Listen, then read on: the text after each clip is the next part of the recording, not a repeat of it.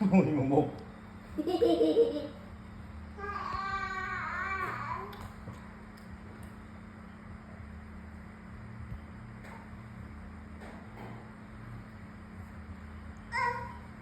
Bạn đi nhà bài tìm ra và cho lại sớm đi. Ngọt nữa rồi.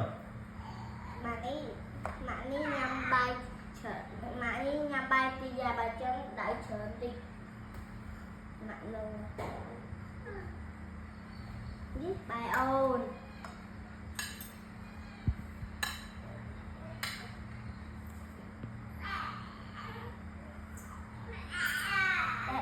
Đẹp bài bài. Con. Sao chị bài? Anh đi bài mà. Trường hai cho ôn. Nè, bài. Cho nó ba cho nhanh rồi. Nó ba nha mày.